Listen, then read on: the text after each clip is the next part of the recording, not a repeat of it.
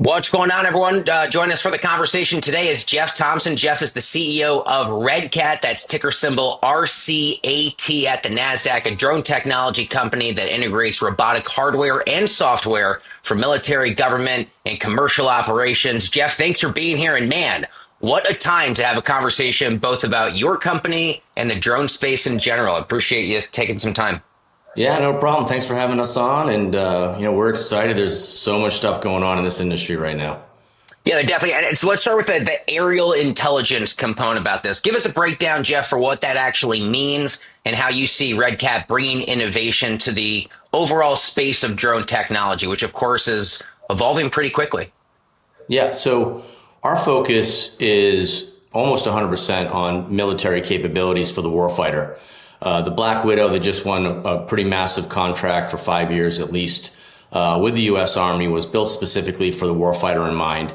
So the goal was to have an airframe that has enough compute on it that could handle AI, handle all the sensors and things of that nature. So other companies that are specialized in certain things that on the battlefield could put their software on our drone to do things that no one else can do because we're a very open platform. And what happened just this week, which is really exciting, is that we have Palantir's artificial intelligence on the Black Widow. We also have it's literally game-changing visual navigation, which we can dig into a little bit more, but no one's going to be able to do what they're going to do. Basically using the cameras, no GPS required. My goal is to not have a GPS on our drone in a year, which also makes it fly longer because there'll be less weight. It'll just all fly via software from Palantir Technologies. Jeff, give me some sense on and for our listeners and viewers a bit more either about your own background or kind of the early genesis of the company. Obviously, these are huge deals that you've been able to strike as of late with a lot of promise for what the next 12 to 24 months look like. But kind of how did this all kind of first come together? What trends did you recognize or a gap that needed to be filled? Yeah, so my last company that I founded, it was a telecommunications company. I did a lot of acquisitions and kind of rolled up 6 regional players to have a national fixed wireless broadband company. So I realized having a public vehicle is a great way to roll up companies. So as I got into the drone technology and resigned from my own company and decided to start a drone company, I was like, you know what, I'm gonna need a public vehicle. There's a lot of great tech companies in the drone industry. They all don't know how to scale. They all don't even have a single salesperson. They just think like engineers, which I am one. The goal was to buy up some good technology and then just give them the resources to make that technology incredible. And we've done 5 acquisitions now. We actually spun out 2 of them because they were more consumer based, which is UMAC, which has also been on fire lately with, Donald Trump Jr. being on our board now. I'm the co-founder of that company also. But we now have the Teal Black Widow, which just won, like I said, a massive contract for over 260 million just in birds. And then typically you get spares, repairs, and training, which brings it up another 50% on a contract like that. A recent acquisition is FlightWave. So going back to my history, I've got these companies I've been buying up, and then what we did with Teal is we bought them for $14 million in 2021. It was 14 guys in a house. Now they got a huge factory in Salt Lake City down the street from that location, and now it's worth $700 million.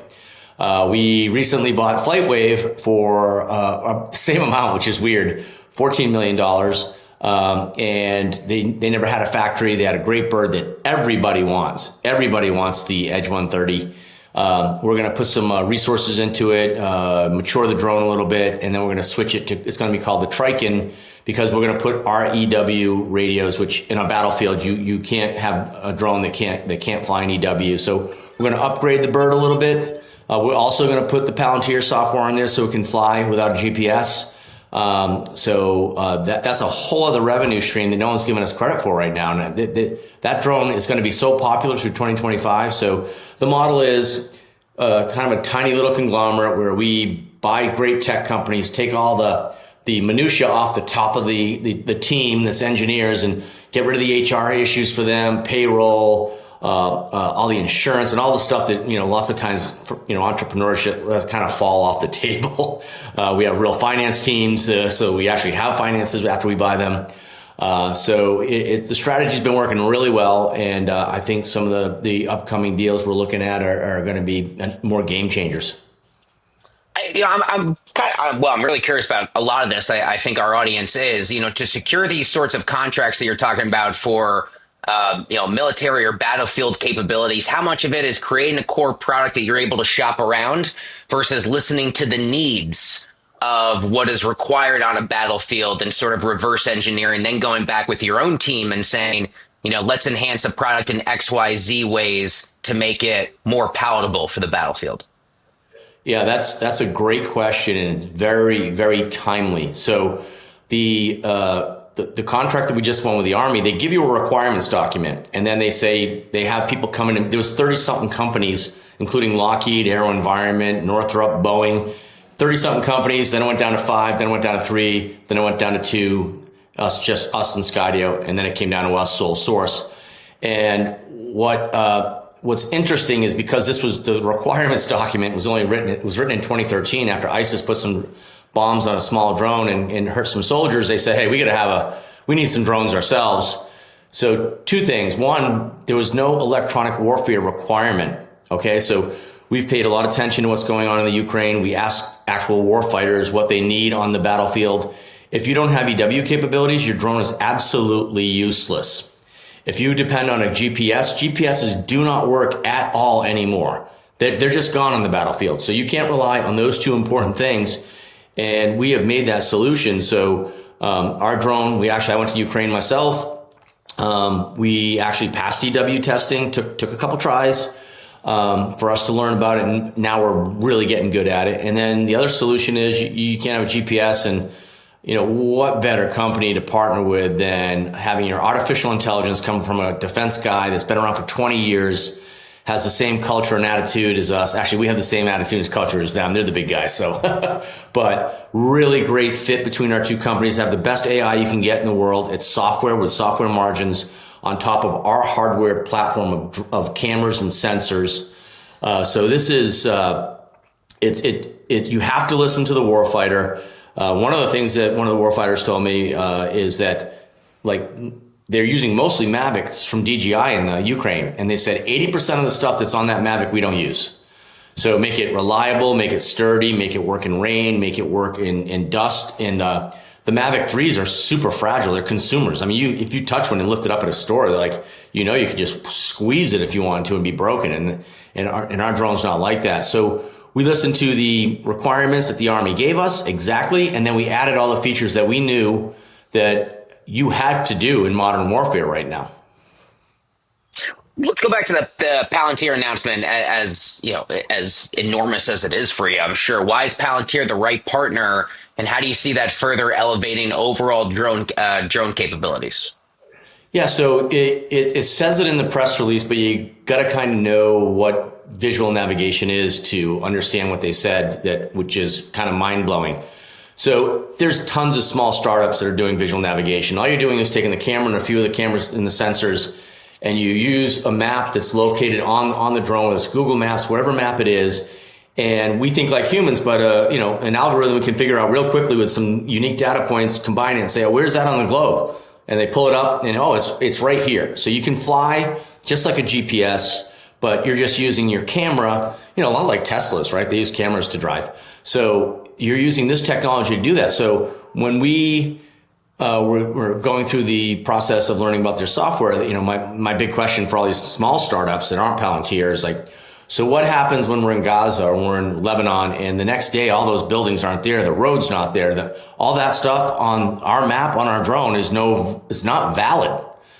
And they really couldn't wait for that question, but they actually have access to real-time hundreds of thousands, I think, satellites. So we can get new images almost instantly in a battlefield. I don't think there's any startup that's going to be able to have that type of access for at least 10 or 20 years, which they've been around that long and been, using satellite data for all sorts of things, not just what we're talking about here. So I think they are the winner in visual navigation.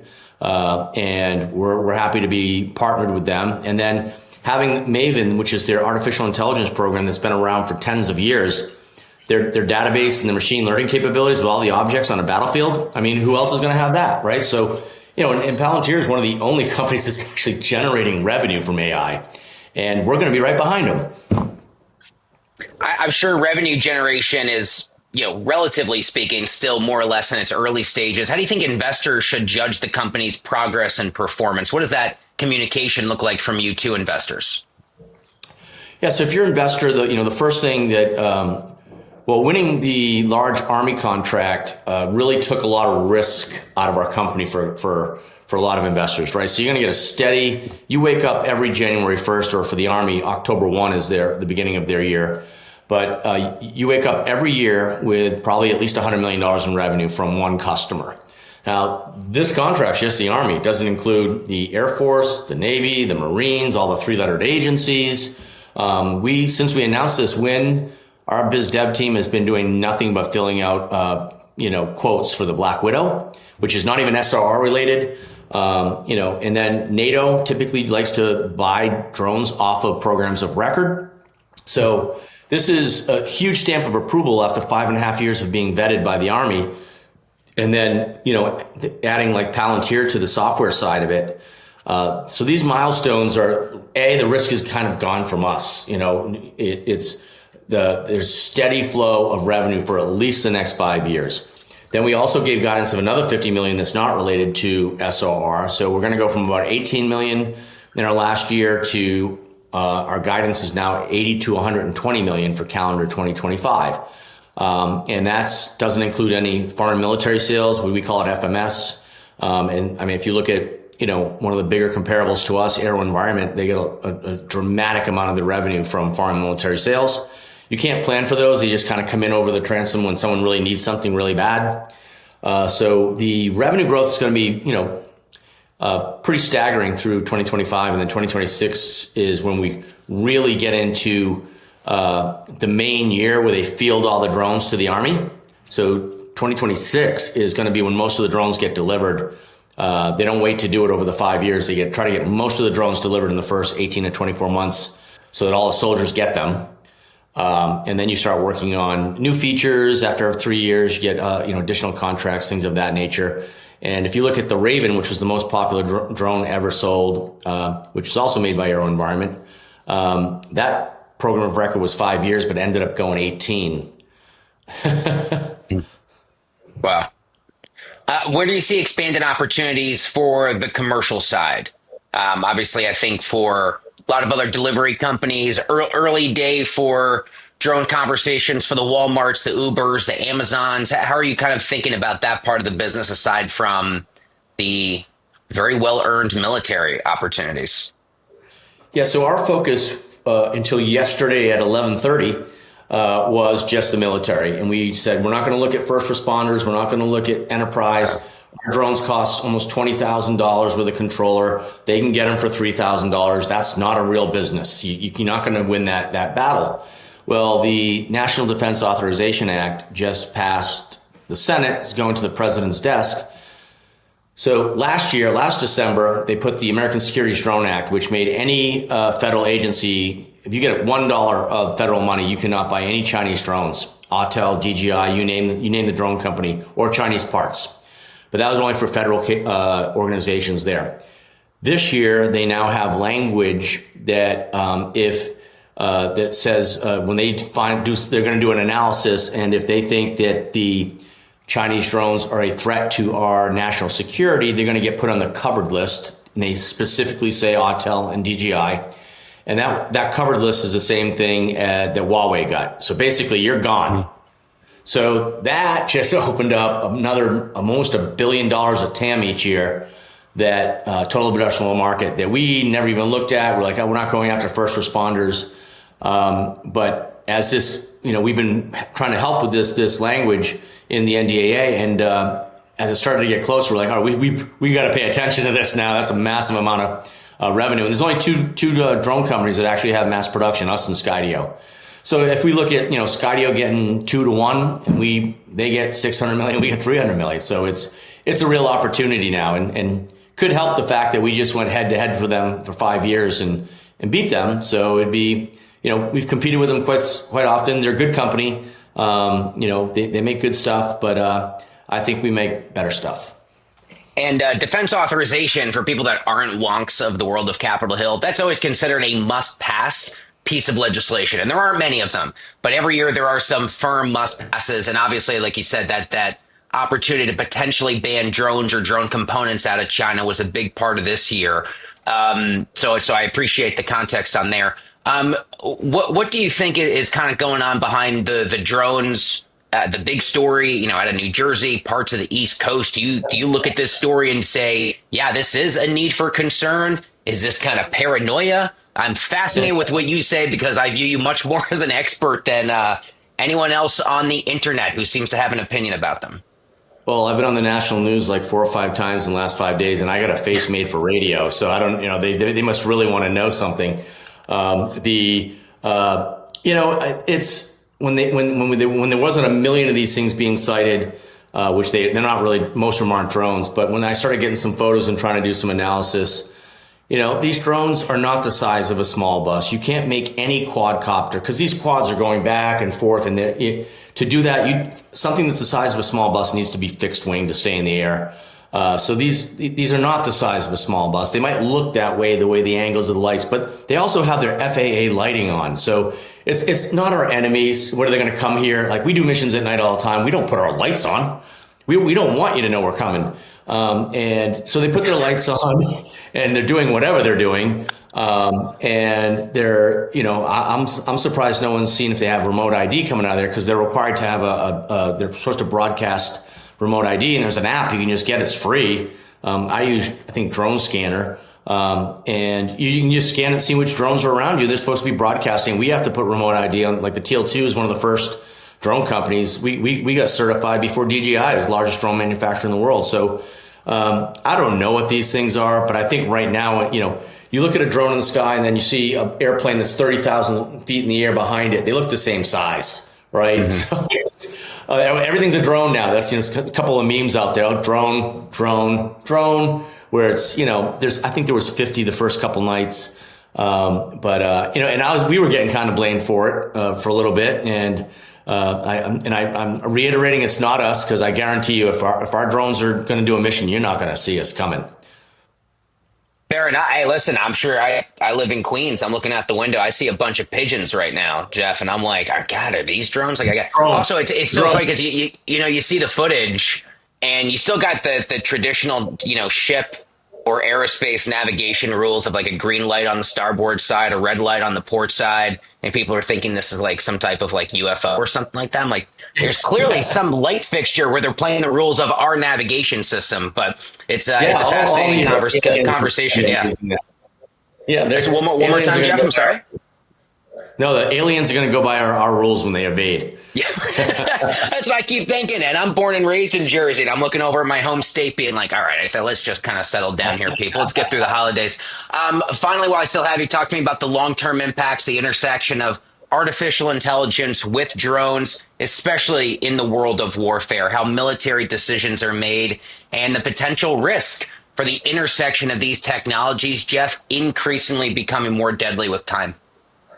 Yeah, so some of the things that we can do now with artificial intelligence on the Black Widow. So this is, if you look at what we've done with the Black Widow, and I'm not just here to promote this, there's other drones that are almost as far, but you can have strike capability, you can drop bombs on events, it fits in your rucksack, has artificial intelligence, and some of the best cameras ever put on a drone. I mean, that's what some of the $33 million Reapers, we have better capability and it fits in a rucksack. So every soldier on the battlefield can now shape the battlefield with a strike from the air. So they can call in their own airstrikes. Back up a little bit, you get the SRR was reconnaissance, right? And so you get the Black Widow up there with the cameras that we have. We can within seconds identify every object on that battlefield. Good guys, bad guys, tank, mortar. If it's good enough, we can get their rank. Is that a shovel in their hand or a gun? Don't kill the guy with a shovel. And we could tell you what the exact battlefield there, run a process like you would on like ChatGPT and say, how do I destroy this battlefield and be the winner?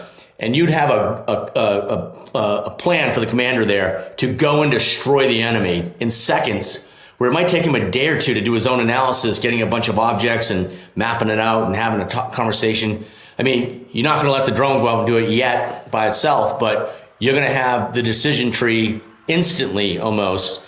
Also, you'll have mapping capability, like a building you want to sneak up on. It can tell you how to get to that building without them having line of sight to you. You don't have to, it's some of the guys I deal with, on my biz dev team is like, we used to have to go around that hill with a gun and find out what was on the other side. Now they can go around the other side of the hill, see a building, know how to get to it without them seeing you, and take out a target or go protect an asset. So it's game changing. And to steal some lines from Alex Karp, he did a great talk the other day, is that we want our warfighters to be safe and lethal and smarter with AI, and we want the enemy completely scared.